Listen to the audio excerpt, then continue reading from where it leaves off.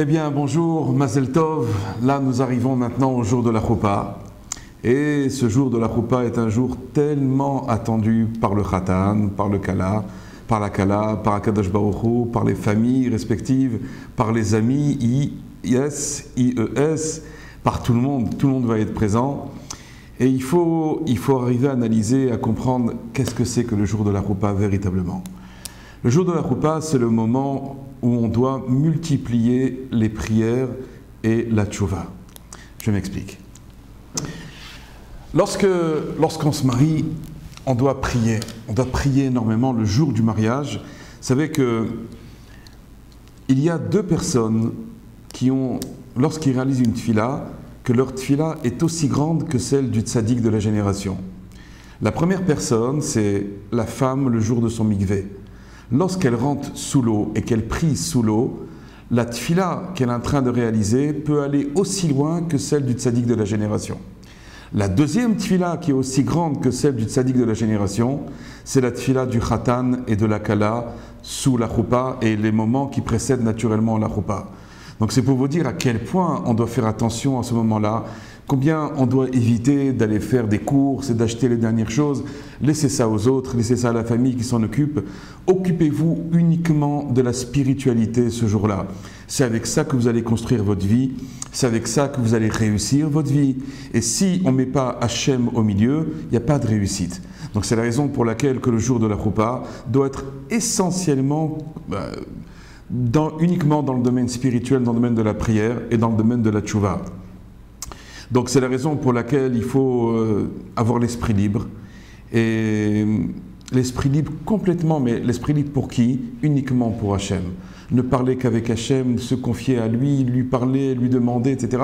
C'est uniquement dans cette optique-là qu'on doit concevoir la Choupa et pas s'occuper de l'orchestre, ni s'occuper des traiteurs, etc. C'est plus le rôle du Khatan et de la Kala, surtout pas le jour de la Choupa. Une chose qui est très importante aussi quand on arrive, juste avant d'arriver à la Choupa, pour ceux qui habitent à Jérusalem ou qui sont en vacances ici ou qui habitent pas trop, qui sont en Israël, c'est d'aller au Kotel HaMa'aravi, d'aller au mur des lamentations et d'aller prier là-bas puisque la Shrina est présente, la présence divine est toujours là-bas depuis que le Beth Amikdash a été détruit. Donc la présence divine est là-bas et donc il est très important d'aller se recueillir, d'aller prier au Kotel pour ceux qui peuvent. Ceux qui ne peuvent pas, au moins aller sur le kever d'un tzaddik, sur la tombe d'un tzaddik proche de chez soi, ou au minimum se retrouver dans un jardin ou dans une chambre dans laquelle on aura ce qu'on appelle le Yeshuvadat, ça veut dire l'esprit serein, l'esprit calme, et dans lequel on pourra se recueillir, on pourra commencer à prier et à parler avec Akadosh Baruch Hu, et surtout se rappeler tout ce qu'on a vécu dans notre vie antérieure, depuis qu'on est né jusqu'à ce jour, et commencer à se rappeler tout ce qui s'est passé dans notre vie. Et naturellement, à partir de ce moment-là, on va commencer à remercier Hachem sur tout le bien qu'il nous a fait jusqu'à aujourd'hui. Vous savez que le principe du remerciement de Léodot, l'Hachem, Léodot ou les Hallel, remercier et glorifier Akadosh Baruch Hu, c'est quelque chose qui est extrêmement important. Les gens pensent qu'arriver le jour de la Choupa, ça nous paraît tout à fait normal. Il n'y a rien de normal, la preuve. Il y a tellement de gens qui cherchent leur conjoint et qui ne le trouvent pas. Donc lorsque quelqu'un a été méritant de trouver son vrai zivoug, qui vont maintenant passer sous la Choupa, combien on doit remercier Akadosh Baruch Hu pour une telle chose, parce que ce n'est pas une chose qui est tout à fait évidente. En particulier lorsque maintenant on va monter une famille, une maison, et tout ça naturellement c'est uniquement par le chesed d'Akadosh Baruch Hu, par la bonté d'Hachem qu'on va pouvoir le faire. Lorsqu'on aura passé un bon moment à remercier Akadosh Baruch Hu sur tous les bienfaits qu'il nous a fait, même sur les moments qu'on a pensé qu'ils n'étaient pas bons pour nous, mais qu'en fin de compte, rétroactivement, on le sait bien, sur tous les événements qui nous ont paru négatifs dans notre vie, toujours quelques temps après, on dit, tu sais, Baruch Hashem, que ça m'est arrivé ça, parce que sinon, je ne sais pas qu'est-ce qui aurait pu se passer. Donc même sur le moment, en général, on a dit non, c'était pas bien, après quelques temps, toujours on a remercié Hachem en disant qu'en fin de compte, merci beaucoup de ce qui est arrivé, parce que maintenant, je comprends les choses d'une manière tout à fait différente.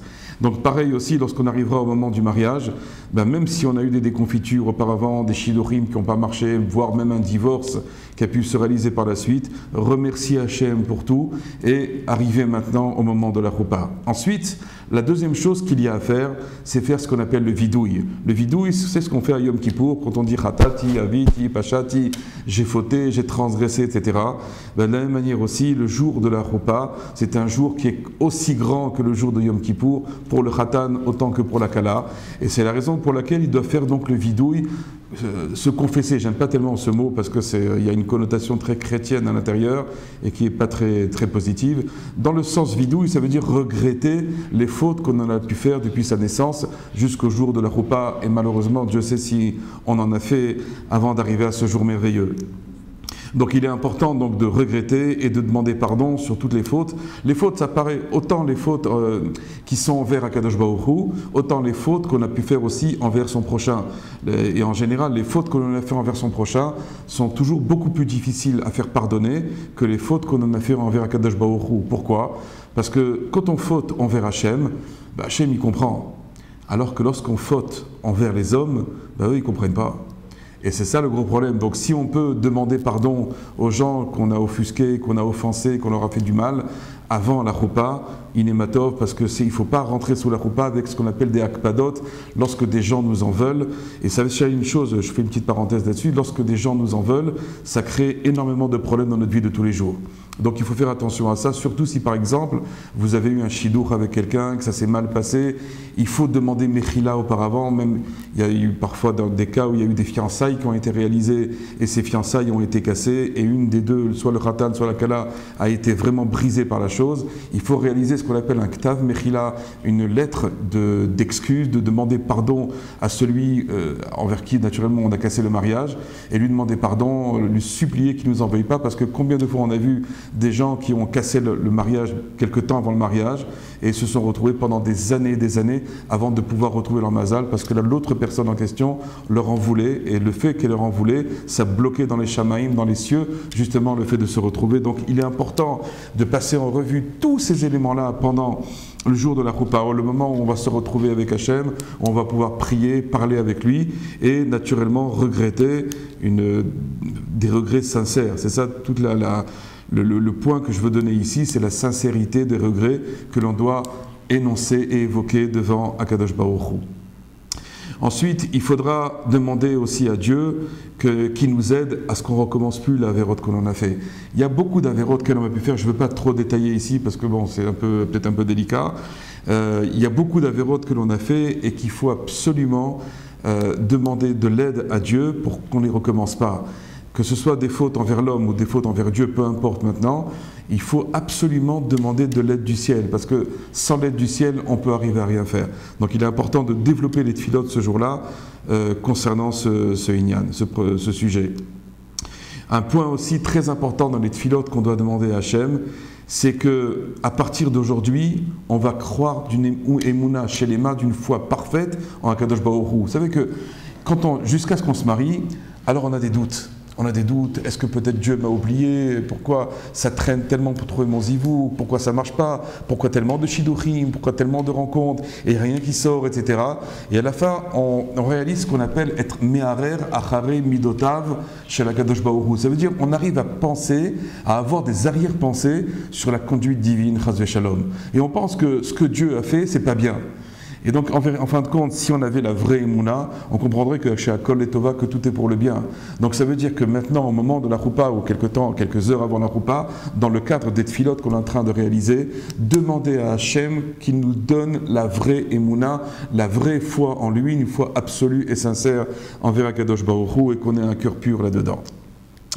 Ce jour-là aussi, donc on l'a dit tout à l'heure, est un jour qui est très particulier pour faire accepter les prières. Et le Khatan et la Kala devront prier pour le reste des jours de leur vie qui vont passer ensemble. Donc, première chose qu'ils devront demander, c'est qu'ils soient méritants d'avoir une vraie émouna, une émouna sincère, comme il vient de le dire à l'instant.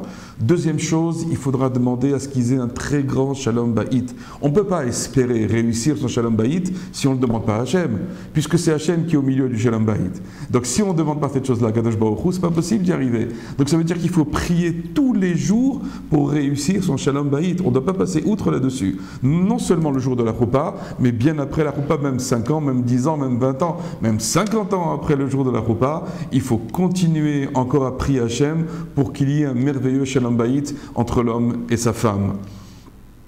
Ensuite, que Akadosh Baruch Hu fasse régner un très grand ahava, arva, shalom, vereut, un amour, une sincérité, une amitié, une grande paix, une grande complicité entre le Khatan et la Kala, que ça se développe sans arrêt.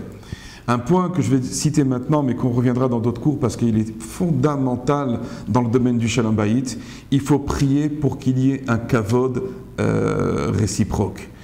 Ce problème-là, c'est la source de tous les divorces qu'il y a, pratiquement tous les divorces qu'il y a actuellement, c'est la source de tout, c'est le manque de respect, le manque de kavod réciproque. On se parle n'importe comment, on pense que l'autre est moins que rien, et on se permet de l'invectiver, de lui parler de n'importe quelle manière.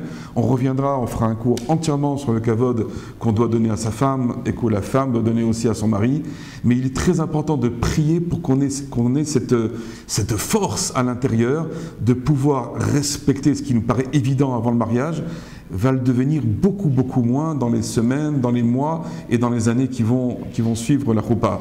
Donc il est impératif que chacun, autant le Khatan que la Kala, doivent prier pour avoir un immense respect mutuel l'un envers l'autre.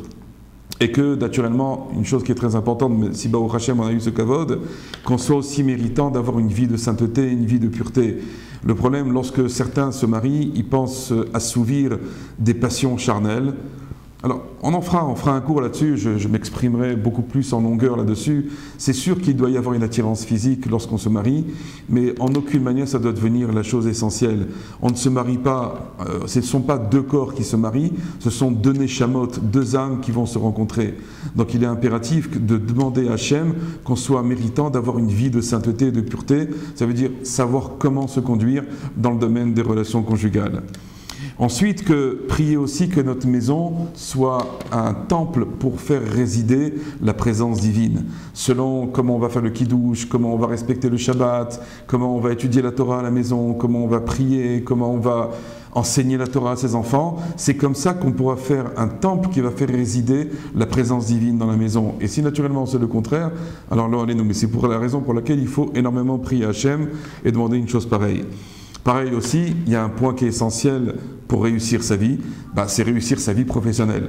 Donc ça veut dire les yanim de Parnassa. Donc c'est comme je vous l'ai dit tout à l'heure au début du cours, le jour de la Choupa, c'est un jour exceptionnel pour que nos prières soient entendues. Donc si c'est vraiment un jour si exceptionnel que ça, il faut en profiter parce que tout ce qu'on va demander va être entendu et va être accepté en grande partie. Donc demander une grande bracha, une grande bénédiction dans la Parnassa et surtout une grande réussite. De la même manière aussi, il faudra prier aussi pour avoir des enfants qui soient tzadikim. Avant même d'avoir des problèmes de fécondité, etc., prier qu'on ait des enfants, et non seulement qu'on ait des enfants, mais que ces enfants soient des tzadikim et des talmidei chachamim véritables et authentiques. De même, il faudra demander à ce qu'il y ait la paix aussi entre les deux familles. Combien on a vu, je vais vous dire quelque chose, combien de mariages ont été cassés à cause des belles-mères. Alors, on fera un cours certainement sur les belles-mères très bientôt.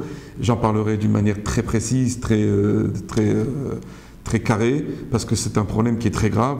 Les beaux-parents qui se mêlent de la vie du couple sont à l'origine d'énormément de divorces. Et donc, il faut prier absolument à ce qu'il y ait le shalom entre les deux familles le jour de la Choupa. Il faudra prolonger les tfilotes, il ne faut pas faire des tfilotes pendant 5-10 minutes et après on se débarrasse du problème, mais il faudra vraiment prier pendant des heures et des heures et des heures et pour réussir à sa future vie maritale.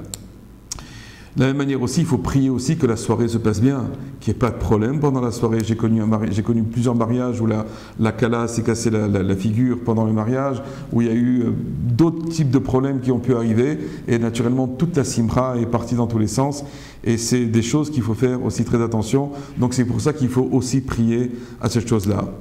Alors ce que je peux vous conseiller, c'est exactement ce que je fais moi toutes les veilles de Rosh Hashanah. La veille de Rosh Hashanah, avant même qu'on rentre dans le jour de Rosh Hashanah, on prend un papier et puis on écrit toutes les fautes que l'on a pu faire pendant toute l'année pour essayer de s'en rappeler et à demander pardon le jour de Yom Kippour et la veille de Rosh Hashanah aussi.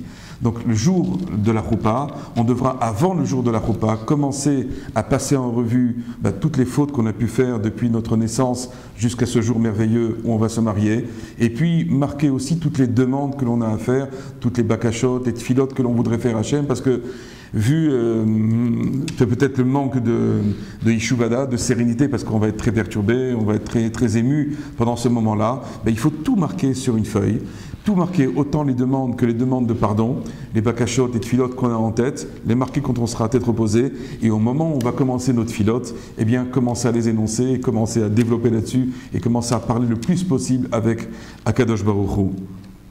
Il y a, pour ceux qui ne sont pas très forts pour réaliser des tfilotes personnelles, il y a des livres de prières qui sont sortis actuellement pour le Khatan et pour la Kala. Il y a les livres aussi du Likutei Tfilot de Rabbi Nathan de Breslev qui sont sortis, ou les Sha'ar Ratson. Il y a beaucoup de tfilotes qui ont été écrites pour le Khatan et pour la Kala, donc servez-vous-en aussi, essayez de vous les trouver dans les librairies juives.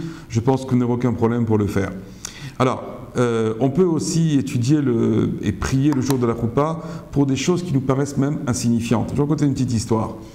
Une fois, Rabbi Nachman était avec sa fille et il a entendu sa fille qui criait sur sa servante.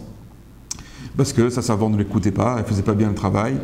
Et Rabbi Nachman il lui a dit « Mais pourquoi tu n'as pas prié le jour de ta Choupa pour que ta servante t'obéisse et qu'elle te fasse du nachat, qu'elle soit bien avec toi ?»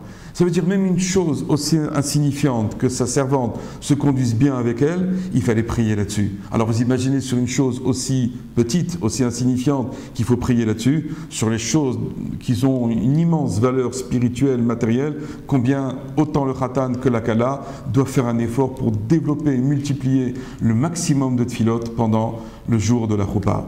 Bezrat Hashem, que vous soyez méritants de passer sous la Choupa très rapidement, que ce jour soit un jour merveilleux, qui soit inoubliable dans vos mémoires et qui vous permette de réaliser toutes vos demandes, toutes les bakashot, toutes les tfilotes, et qu'il n'y ait que du tov et que de la simcha qui sort de votre mariage. Bezrat Hashem, à très bientôt et mazel tov encore. Au revoir.